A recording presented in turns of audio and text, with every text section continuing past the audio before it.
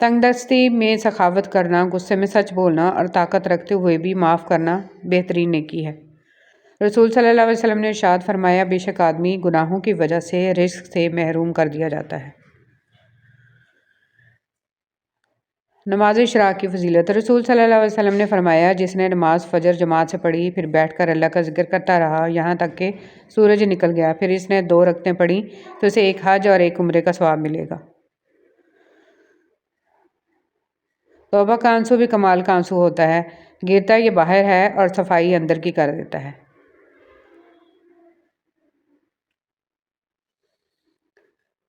دنیا کی سب سے سستی چیز مشورہ ہے، 1 سے مانگو تو 1000 دیتے ہیں۔ دنیا کی سب سے مہنگی چیز مدد ہے، ہزاروں سے مانگو تو کوئی 1 دیتا ہے۔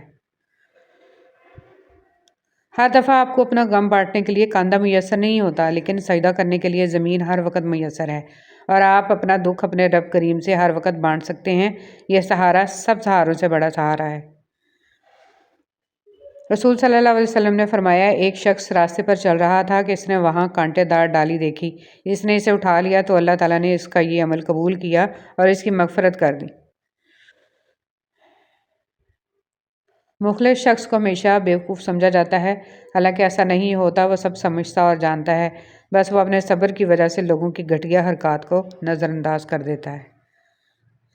مرد کا حیادار ہونا بھی اتنا ہی ضروری ہے جتنا عورت کا، کیونکہ حدیث مبارکہ قیامت تک آنے والے امت محمد صلی اللہ علیہ وسلم کے ہر فرد کے لیے ہے، چاہے وہ مرد ہو یا عورت۔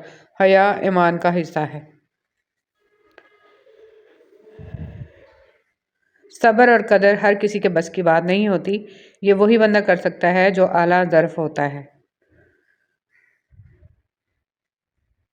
ہمیشہ جوڑنے کی کوشش کیجیے، توڑنے کی نہیں۔ دنیا میں سوئی بن کر رہیے، کینچی بن کر نہیں، کیونکہ سوئی 2 کو 1 کر دیتی ہے اور کینچی 1 کو 2 کر دیتی ہے۔ عمر رضی اللہ تعالیٰ عنہ نے نبی کریم صلی اللہ علیہ وسلم سے اپنی ایک نظر کے متعلق پوچھا جو انہوں نے زمانہ جاہلیت میں اعتکاف کی مانی تھی، اور حضرت صلی اللہ علیہ وسلم نے انہیں اسے پوری کرنے کا حکم دیا۔ پرندے جب کھاتے ہیں ان کا سر جھک جاتا ہے، اور جب پانی پیتے ہیں تو ان کی نگاہ آسمان پر اٹھ جاتی ہے۔ یہ عاجزی اور ایک شکر گزاری کی خوبصورت مثال ہے۔ اللہ ہمیں عاجزی اور شکر گزاری عطا فرمائے، آمین۔ خشک رویہ رکھنے والے اس درخت کی مانند ہوتا ہے جو پھولوں اور پھلوں سے محروم ہو، نہ بیٹھنے والے کو سایہ دے اور نہ نظر ڈالنے والے پڑوسی کے لیے ہدیہ۔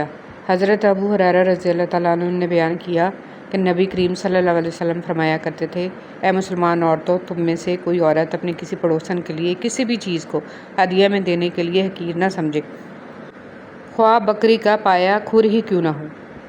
لوگوں کے ساتھ حسن سلوک اس امید پر مت کرو کہ وہ بھی آپ کے ساتھ حسن سلوک کا معاملہ کریں گے، بلکہ اس نیت کے ساتھ کرو کہ حسن سلوک اللہ رب العزت کو پسند ہے اور اس کا بدلہ دنیا اور آخرت دونوں میں ادا کیا جاتا ہے۔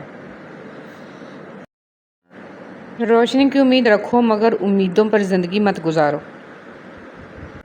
پرسکون زندگی گزارنے کے لیے یہ تسلیم کر لینا ضروری ہے کہ ہر کسی کے پاس سب کچھ نہیں ہوتا۔ لوگوں کو اپنی اچھائیاں بتا بتا کر ان کے ساتھ رہنے کی بھیک مت مانگیں، اپنی کچھ برائیاں بتا کر دیکھیں کون کون ساتھ چلتا ہے، سب معلوم ہو جائے گا۔ رسول صلی اللہ علیہ وسلم نے فرمایا، مؤذن کی آواز کو جن و انس اور جو دوسری چیزیں سنتی ہیں وہ سب قیامت کے دن اس کے حق میں گواہی دیں گی۔ حضرت محمد صلی اللہ علیہ وسلم نے فرمایا، لوگوں پر آسانی کرو، سختی نہ کرو، اور خوشی کی بات سناؤ، نفرت نہ دلاؤ۔ ہر پریشانی سے گناہ مٹتے ہیں۔ نبی صلی اللہ علیہ وسلم نے فرمایا، مومن کو کوئی تکلیف نہیں پہنچتی، نہ تھکاوٹ، نہ بیماری، نہ غم، حتیٰ کہ کوئی فکر بھی جو اسے فکر مند کر دے، مگر اس کے بدلے اس کے گناہوں کو مٹا دیا جاتا ہے۔ جو چیز آپ کے نصیب میں ہے وہ 2 پہاڑوں کے درمیان میں بھی ہو تو آپ کو مل جائے گی، اور جو نصیب میں نہیں ہے وہ اگرچہ 2 ہونٹوں کے درمیان کیوں نہ ہو آپ کو نہیں مل سکتی۔ اتنے دور جا کر حاجی بن سکتے ہو تو ایک دوسرے کے قریب رہ کر انسان کیوں نہیں بن سکتے؟ میرا اللہ فرماتا ہے، میرے سے کبھی نا امید نہ ہونا، میں کل کا دن تمہارا بہتر سے بہترین کرنے پر قادر ہوں۔ حضرت علی رضی اللہ تعالیٰ عنہ نے ارشاد فرمایا، مشکل وقت میں ہمیشہ دعا مانگا کرو، کیونکہ جہاں انسان کا حوصلہ ختم ہوتا ہے وہاں سے اللہ پاک کی رحمت شروع ہوتی ہے۔ بزرگ گھر کے ہوں، خاندان یا محلے کے، ان کے پاس تھوڑا سا وقت گزارنا درجنوں کتابیں پڑھنے سے بہتر ہے۔ ان کا ایک ایک سفید بال اور چہرے کی ہر ایک سلوٹ ذاتی تجربوں سے بھرپور ہیں۔ حدیث نبوی، رسول صلی اللہ علیہ وسلم نے فرمایا، تم اللہ سے دعا مانگو اور اس یقین کے ساتھ مانگو کہ تمہاری دعا ضرور قبول ہوگی، اور اچھی طرح جان لو کہ اللہ تعالیٰ بے پرواہی اور بے توجہی سے مانگی ہوئی غفلت اور لہو و لعب میں مبتلا دل کی دعا قبول نہیں کرتا۔ رسول صلی اللہ علیہ وسلم نے فرمایا، اللہ تعالیٰ اس وقت تک بندے کی مدد میں لگا رہتا ہے جب تک بندہ اپنے بھائی کی مدد میں لگا رہتا ہے۔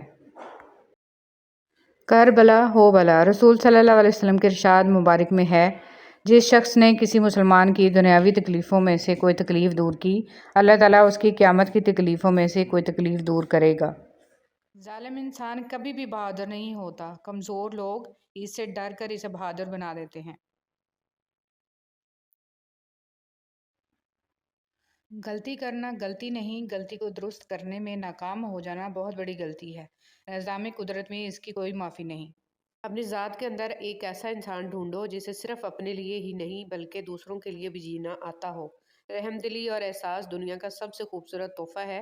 آپ دنیا والوں پر رحم کریں، اللہ تعالیٰ آپ پر رحم فرمائے گا۔ یہ مت سوچیں کہ چھوٹا نصیحت کر رہا ہے، میں بڑا ہو کے کیسے مان لوں۔ نہیں، یہ اللہ کا چناؤ ہے کہ جس کی زبان سے چاہے حق جاری کر دے، اس لیے اکڑ میں نہ رہیں اور اللہ کے لیے جھک جائیں۔ جن کی دل کی بات اس دنیا میں سننے سمجھنے والا کوئی نہیں ہوتا، ان کی سب کہی انکہی باتیں اس دل کا مکین سنتا ہے، بڑے غور سے، دھیان سے اور پورے خلوص کے ساتھ، اور پتہ ہے میرا رب جس کے دل میں رہتا ہے اسے دنیا والوں سے بات کرنے کی حاجت ہی نہیں رہتی۔ دولت کی نمائش وہی لوگ کرتے ہیں جن کے پاس دولت کے سوا اور کچھ بھی نہیں ہوتا۔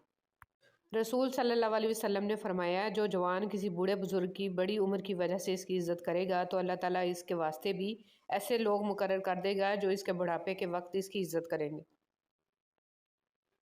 رسول صلی اللہ علیہ وسلم نے ارشاد فرمایا، تم میرے بعد دنیاوی معاملات میں حق تلفی دیکھو تو صبر کیے رہنا یہاں تک کہ تم مجھ سے مل جاؤ، اور تمہارے ملنے کا مقام حوض کوثر ہوگا۔